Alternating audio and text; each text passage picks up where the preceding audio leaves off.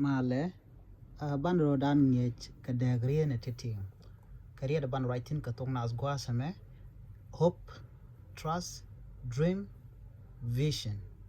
kan ngwana ti bana tadien let ka bana ka gwich tang gosne dirje ku jeno shat ka tandien ba chikan chat men yam ala hope me hope malode ngat de kon chola ngat me ala minge the door minge the mi guje no take mi bezil talk nge the ni je en wo bezil talk no ala guje je no bezil talk do no tele jimmi nyo da gwan wo be talk do no nge the je no be talk ajen chola ngada no ngam mi guje no take mi bezil talk tin cha ngat ban me trust gwasame ka kwana rode trust ngat ba do kono cholo no ngat no do no ngat me ngat minge je no ramomo ke na mo ngede je la to no ba to alo mishewe no ngata je la to she hop ngat mi kujine je ban nge je no dongda to ko gwadan be do no she ngaje gwada din but trust me ngat minge je no ba dil to ngede je ko take addition they were no ngada je la to ga ramomo do no hope ngat mungot meken nga je no ba to enei ke ba to ko gwasa din mo kon gwasa me ka dream tango la kona chole shire kele do no je na ashar mi shari mi sha to mi shari mi sha to gwadum de kon mo mi sha to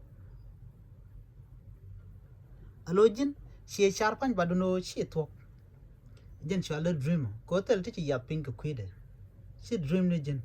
mi share mi sha to tangos mi shi wone ne je de la ro ne e na me jen dream da she share duno kan ne tel ji ngwan ti ya la ka kwide no ba yik ban la to ajen ko kono ti ka man shal ke vision gwaza me and vision she dream vision jen shar mi shi ngwan nyen ka ci ga ya la ka ashar mishi nikola mishi kwakare aleka kwaka yaleka chi kwakare aleka shara me chi kwakare aleka njen chale vision